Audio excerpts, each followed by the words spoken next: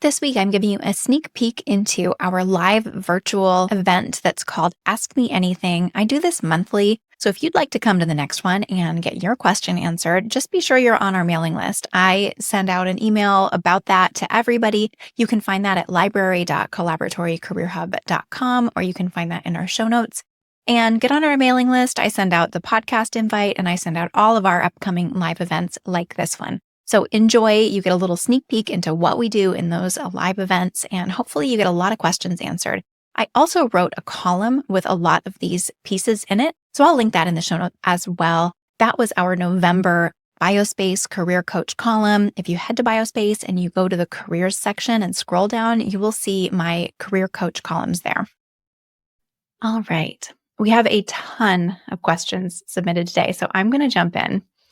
I want to make sure we get to as many questions as possible and hopefully also have time for Q&A from the chat.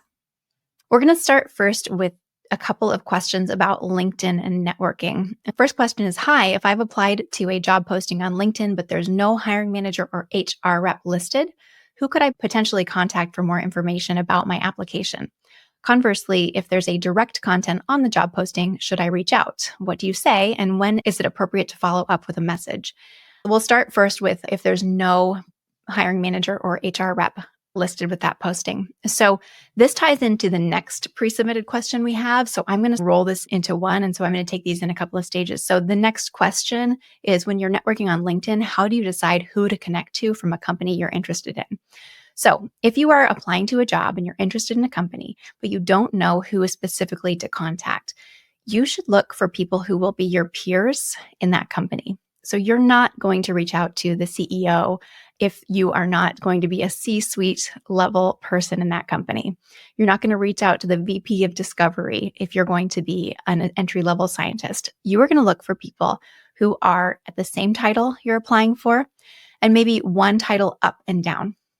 So if you're applying for a scientist position, you might reach out to other scientists, obviously, research associates, and then also potentially senior scientists or principal scientists. These are going to be the people that you are rubbing shoulders with on a daily basis in that job. They're going to be the most likely to engage in conversation with you because they're going to see you as a peer. And what you say when you reach out, there's a clear formula for this, and you can find it in a number of the resources that I have on my podcast and in columns, but there's a clear formula for these outreach messages. And it is, you start with their name. Names are magical. Your first name is the most important word to you. It's very well documented in human psychology. So start with hi name. Hi, Karina. And then you want to compliment them. And you can compliment them on their choice of company or the type of role they're in. So you can say something like, Abbott is doing really exciting work in disease area indication. So you're complimenting them indirectly, right? You're not making some weird compliment about their profile picture or something like that. You're complimenting their choices, their place of work. And that's really powerful too. So hi, name, compliment, open-ended question. So then you want to say something very open-ended. You don't want to dive right in and say, I need your help with this application, or can you recommend me for this? That will shut things down. When you come from a place of asking, people tune you out and they automatically go on the defensive. When you come from a place of curiosity about them, about their role, then you open the line of dialogue. There's a lot of ways you can phrase this open-ended question, and it might be something very simply, what's it like being a translational scientist? How do you like working in Cambridge? So a nice open-ended question that opens that dialogue. And then a few messages deep, let the exchange go on a few messages without any asks. Make that really clear. Do not ask them for anything. A few messages deep. When the conversation is going, you can say, thanks so much. You've convinced me. It sounds like Abbott is a great place, and I'm going to go ahead and apply for this role I saw. And then just leave it there, because you know what? There's often incentives for people to refer people into their company. And at that point, they may offer to have a call with you or to take your resume or something along those lines. But the most important thing is that you open that dialogue with as many people in the company that are at the level, one above or one below, and start those conversations. All right. Now, the second part of that first question was, if there is a contact on the job posting, should you reach out? And the answer there is absolutely yes. And that can be a little bit more direct. So again, you want that first name in there, hi name. It sounds like Abbott is a fantastic company. I've just applied to X position.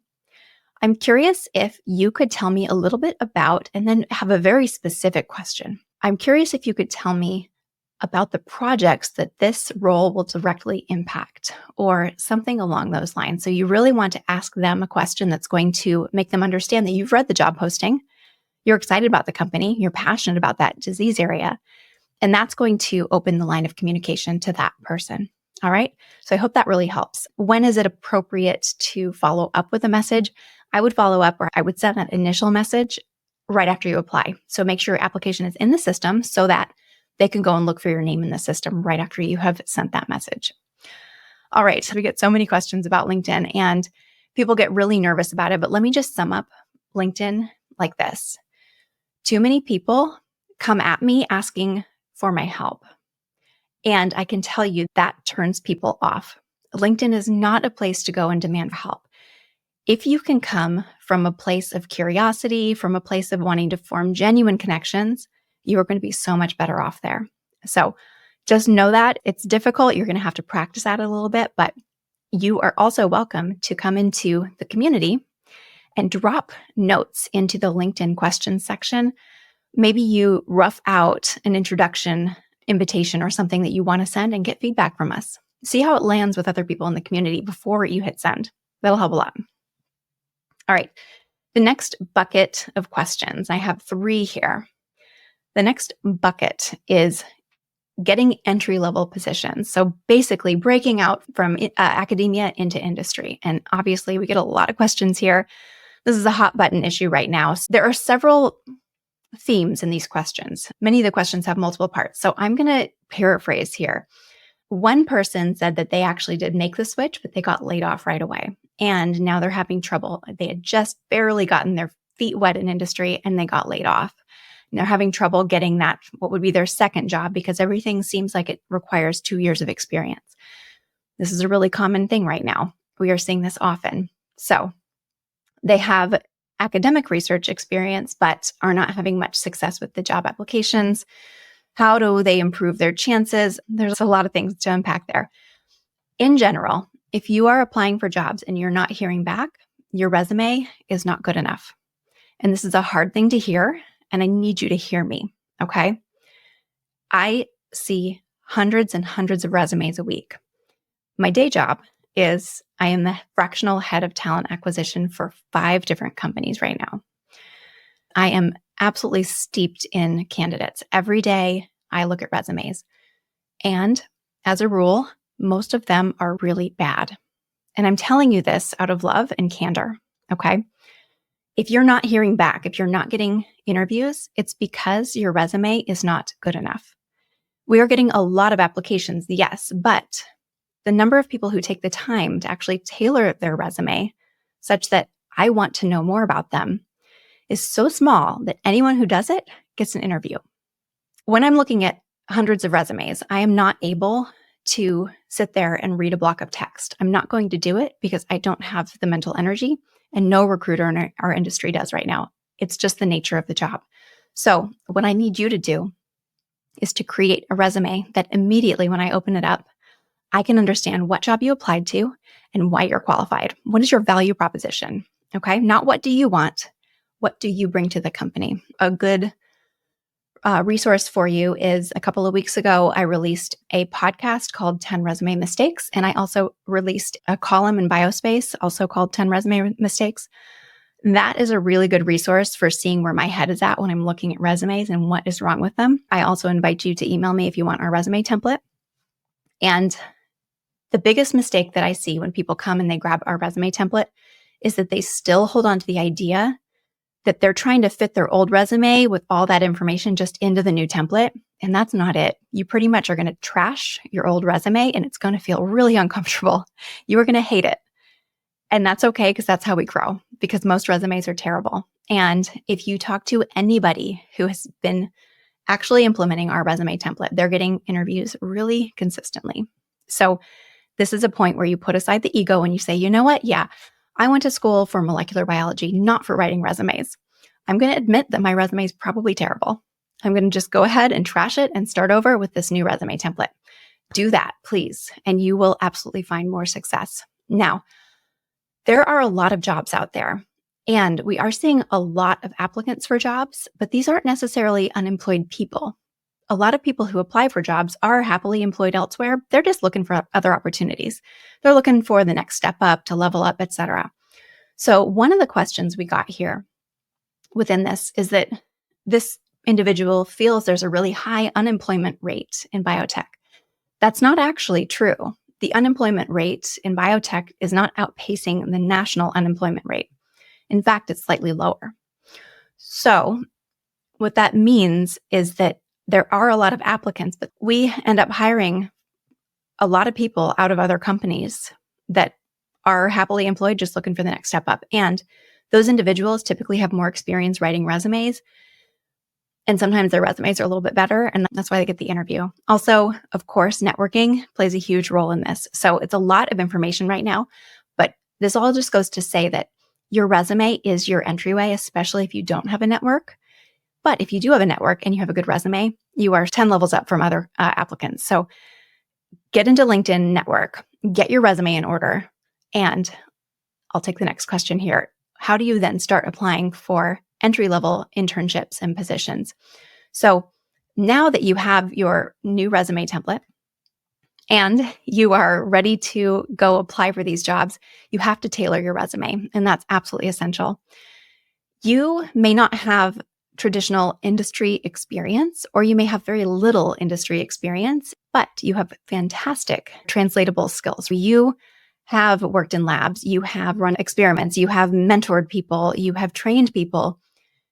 There's a lot going for you. We just need to put that into your resume in a marketing way. So how are we going to market that experience that is transferable so that people look at that and they're not comparing the number of years of experience, they're comparing how you have positioned your experience. So that's really key. So for example, the first case here, we had this person who just worked a couple of months and got laid off. You can look at it two ways. If they're applying for entry-level positions, they've got months of experience on any other candidate, right? That's great. If they are applying for jobs that need maybe 2 years of experience, well, they do have that biochemistry experience from their undergrad or their grad degree. I can't really tell from this question. So how do we translate that? You'll want to do a bullet point that specifically says something along the lines of developed 5 assays for gene editing or something like that. So you want to pull out what's important from the job description, pull that out and don't put any context in it. You don't need to say whether it was in your undergrad, your master's degree, or in industry. I just need to know you've done it. And I need to know that you can articulate it. So you're going to look at the job description very carefully, and you're going to take your experience and frame it with the language and the intent of industry. And industry gets things done. So you want to be very action-oriented in those bullet points. So I do teach how to do that with our resume template.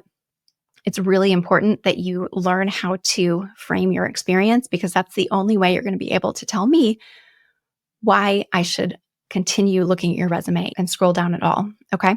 How do you find entry-level positions? This person applied directly to companies on their website, but no replies. Again, I'm going to just cite the resume. The resume wasn't good enough, and that's why. If there are internships posted, people are getting interviewed for it. So you just need to make yourself one of those people. Let's go back to the resume. Networking. So if you want to go onto LinkedIn, that some companies have internships, you're going to want to actually network with people that are in those departments and that might feasibly be the ones mentoring those interns. So that would be likely scientist level people, because when most of my clients hire interns, part of the reason we hire interns is to give management and training experience to people that we're evaluating for promotions. So we like to promote people into senior scientist, principal scientist roles who have some demonstrated managerial experience. And that's really hard to get in small companies, especially. But even in traditional teams where things are layered with hierarchy, we typically need to bring in interns to give those individuals that experience. So start to look for scientists that are within the group or the group you think the internship will be in and start networking with them. Those will be the soft entry points into that job. Look at past interns. You go to the company page and at the top, it'll say the number of employees and you can click on that. And then you can see all the employees there. And then you can run some basic searches, but you can search by keyword and you could search for intern. And you can find the interns that were there before. And you can network with them, ask them how their experience was. Who did they work with? What was the overall impression of the internship? And they may be able to provide you some soft entries there.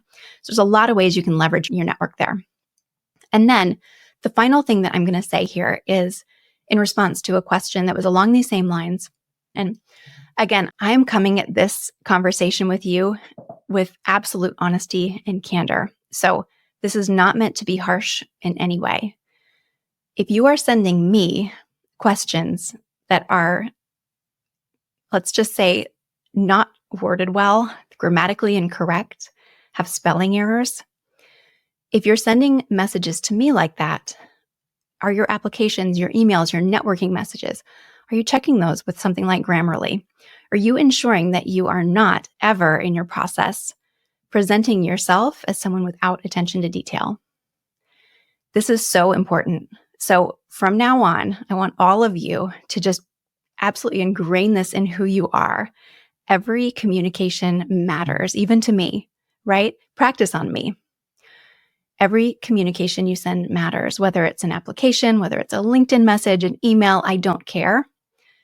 We have, many times in my history with clients, we have eliminated a candidate from an interview or even at the offer stage because of an email they sent, because of a way that they presented themselves. I don't want to scare you, but that is the reality. So I highly recommend a tool like Grammarly. It is a free tool, but I think they limit your use on the free tool. I have the paid version and it's very affordable and it actually follows me around everywhere on my computer, even in my mail client that's an app on my computer, so not in my browser. It's in Google Workspace, which is my workspace. I can pretty much edit anything on my computer with Grammarly. And I don't take all the suggestions, but it's very helpful and it definitely calls out anything that is egregiously bad in what I'm writing. I usually catch all the grammatical issues, even if I'm going quickly. This is an important tip. So I just want to highlight that because when I see somebody saying they're not having any luck with their applications, and there are at least 10 issues with the 2-sentence question they sent in, I am telling you right now, that's probably your problem. Okay. We have to be presenting ourselves as the impeccably detail-oriented person that we are, because that's biotech. We have to be that detail-oriented. One person here is asking, where can we even find jobs if companies aren't posting them necessarily on LinkedIn? So Google Jobs actually crawls individual websites. And so you should be able to find almost any job that's been posted online. If it's online, it will end up on Google Jobs. My one caveat there is that Google Jobs indexes everything, which means that sometimes they index jobs multiple times because if there's a recruiting firm working on a job, it may show up from their website and the company's website. So always try and go directly to the company website to apply if possible, as opposed to applying through a third-party website. So I see on Google Jobs, I'll see the company's version, I'll see one from Indeed. It gets a little bit all over the place. So go to the company website when you find a job you're excited about. And to access Google Jobs, Google changes their interface all the time. Their UI changes often. Go to Google and simply Google the job title that you're looking for. Let's say you want a molecular biology job. I'll just stay there. Let's say you're looking for a senior scientist, molecular biology, and then you'll put job and then Boston, something like that. You'll just have to scroll down. You'll see job listings and you'll be able to click on jobs. And then you'll go into a different interface with all the jobs. And there you can really break things down. You can search. It's a nice place to figure out where to find jobs that are maybe not indexed on LinkedIn. Okay, the next question here, we touched on a little bit, but this person was concerned about the unemployment rate in biotech.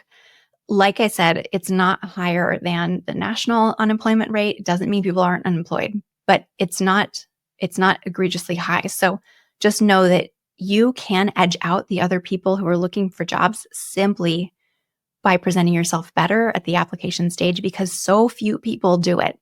I usually interview 10% of the applicants for jobs. That number can vary if I get a wildly high number of applicants, but Out of every 100 applicants for a job, we try to pick 8 to 10 people to have a conversation with. All you have to do is be in the top 10%. And I can tell you right now, if you tailor your resume, you will easily be in the top 10% because nobody does it. So it's not that hard, but it is some effort. They are asking about trends for next year. We're seeing things picking up. I talked to a lot of people on the funding side, and investors are putting their money back to work. We're seeing a turnaround in that. We're seeing more IPOs. It is looking up. So go ahead and keep pounding the pavement, but we are seeing that the trend is trending upward. I think 2025 is going to be a much better year for us, and my clients are looking that way. They're all thinking about doing next funding rounds next year, and it's looking up. So rest assured that this market correction that we've been experiencing feels like it's starting to ease. And then the last question that was pre-submitted last week, I did a panel discussion with Biospace. You can actually go and watch that panel discussion. It was a really good discussion. And we actually talked about market trends there. Chantal, who's the moderator, she went over their jobs report that they do every quarter. And that was really great. So go back and watch that. It's a totally free webinar. You can just go into Biospace on the careers page. You'll see it right there. But one thing that I mentioned in that was how important bringing the energy is when you have a Zoom interview. And a lot of candidates come across as very low energy in their interviews. And it's because Zoom steals some of your energy. It's really true. And so I mentioned that you need to hype yourself up to be really effective in Zoom interviews and to leave your interviewer feeling like you were enthusiastic. And so the question here is, what if that feels forced? How can I make that feel more natural? I get that. I've had speech coaching, and honestly, it will always feel forced to be high energy. I don't care if you're doing presentations from stage, if you're doing job talks, or if you're doing Zoom interviews. The best speakers actually have had training on how to bring the energy. And there are some great books out there. You don't need to go have some expensive speech training or anything like that. I certainly have, and I don't begrudge it because it's made me a much better speaker. But I do hype myself up beforehand, and it just takes practice to make it feel natural. So for a little while, you are going to feel uncomfortable. You're going to feel like you're like, and you're not. I promise you that. You are going to just come across as more natural when you feel like, oh, I'm really amping this up. So my advice is to practice with a friend and take note of how you naturally interact, maybe a little more animatedly with a friend. And how can you just bring that up a little bit? And then they can tell you if you seem totally over the top, but I bet they're just going to tell you that you seem enthusiastic. You seem excited and interested. And that's what we want from candidates. We want a candidate who comes and feels like they want to be there in the interview with us. So we do, this week, I think we have 40 phone screens scheduled with candidates across the different companies that I'm working with. And probably half of those, my recruiter that helps me with the phone screens comes back and says the person felt a little low energy. And they probably weren't, but that's just the perception when you don't actually bring the hyped energy. Okay, so it's practice, practice, practice. That's how you make it feel natural, and it will pay off because eventually it'll become natural. And then in all of your company meetings going forward, and all of the meetings you have and all the presentations you have, you're going to be able to turn on that energy and engage your audience a little bit more easily. All right, let's jump into the chat. We've got some chat questions here. How can I detect scam job posts, positions that are not hiring right away, or a courtesy post that's hiring internally? Scam posts, I'll just say this. Scam posts might be not attached to a company. You might see a posting that is just through a recruiting firm with no mention of the company. Those may be scam posts. They may not. I always say try not to apply to jobs through a recruiting firm if they don't mention the client's name. Sometimes those people are just getting resumes. They're just gathering a bunch of candidates so that in the future they'll have people to reach out to for jobs. If you're applying directly to a company, it's probably not a scam post. However, it may be a post that they're not hiring for right now, and it may be a post that they're posting because they have to, because they're also interviewing an internal candidate, and they need to go through the motions of hiring in order to satisfy the board. Usually, they'll actually interview 2 other candidates in that case. So you may even get interviewed and not get the job. There's really no way to detect that. One thing you can do when you have a conversation with a recruiter is you can say, what is the timeline for this position? And do you have any other candidates that are far along in the process? And they can then choose to say, yes, we do have another candidate. We're about to make an offer or something like that, just so you don't get your hopes up. They can also choose not to say that. I don't have a really great answer for that because it's difficult to detect. And this is why you have to apply for multiple jobs. If you're doing a good job of tailoring your resume and you're applying for jobs that are well suited to you and your skill set, you should be getting interviews about 40% of the time. So those other 60%, they may not be real posts, some of them. You may just not be selected for some of them because your skill set's a little bit of a mismatch. But there's some percentage that are not going to be really hiring right now. And I don't know what to say about that other than that's why you apply to multiple jobs. All right, how do I find good recruiters for entry-level positions? So I am a little biased against recruiters, I'll be honest here. A lot of people think they need to work with a recruiting firm to get jobs. That's actually not a good way to do it. So recruiters are not out to help you. They're out to get paid by the companies. So first of all, never pay a recruiter to help you. That is not a thing. That is not a business model. And if you ever see something like that, bring it to me. I want to know about it because there are still scams going on out there. You should not have to pay a recruiter to help you. We get paid by the companies. So there's a number of ways we get paid by the companies, but we never take money from the candidates. We never ask the candidates to give us money in return for, we'll make sure we shop you around and we're going to get you into this company or that company. That's not how it works.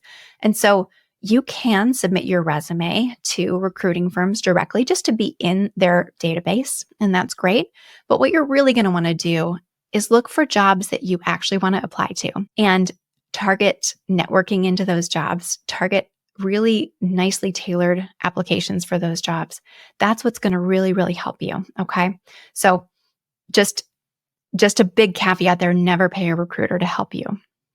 Okay, even though I have academic research experience, I'm looking into alternatives to R&D, such as clinical research, quality control, et cetera. Yeah, so there's so many positions you could go into. And one thing I'll just say here is, and this ties into your, should I get a master's? One really good tactic for entry-level people who are having trouble because they don't have a lot of lab experience yet, look for academic labs where you might spend a year as a paid research associate. And it's not going to pay the same as industry, but it's not that far off for an entry-level position. And we really need people in the academic labs. So that's a really great place to think about getting some experience and cutting your teeth a little bit. That may be more valuable to you than a master's. I don't find typically that the master's degree itself is something that my clients are like, oh, they have a master's, so they're going to be so much better. It's the experience. It's the hands-on experience. Now, that can come through a master's, but if you do choose a master's program, choose one that really heavily relies on helping people get internships. Northeastern is the favorite. Northeastern has a fantastic co-op program. You're required to do co-ops. They help you get them. And we look at those more favorably. We don't really care about the master's. We care that you did the co-ops because that's the hands-on experience. So whether you go and work a year in an academic lab or 2 years, think about the master's degree. How long is that going to be? Maybe you could just go work that time. Instead of paying for a master's, you could be getting some experience. And that experience is going to be what I'm really care about when I look at your resume. Really quickly, if you are relocating or you're willing to relocate, you know what? At the top of your resume, inject a little personality. I don't care how you do it. Some people just say willing to relocate. I prefer to see a little enthusiasm there. How about happy to relocate or excited to relocate to Boston? Something like that. Tell them right up front that, yep, you are on it. You're willing and happy. All right, everyone, I have to jump. I've got to go present an offer to a candidate. That's the best part of my day. I absolutely love doing that. So I hope this was valuable to you. Thank you so much for coming, and we will see you next time.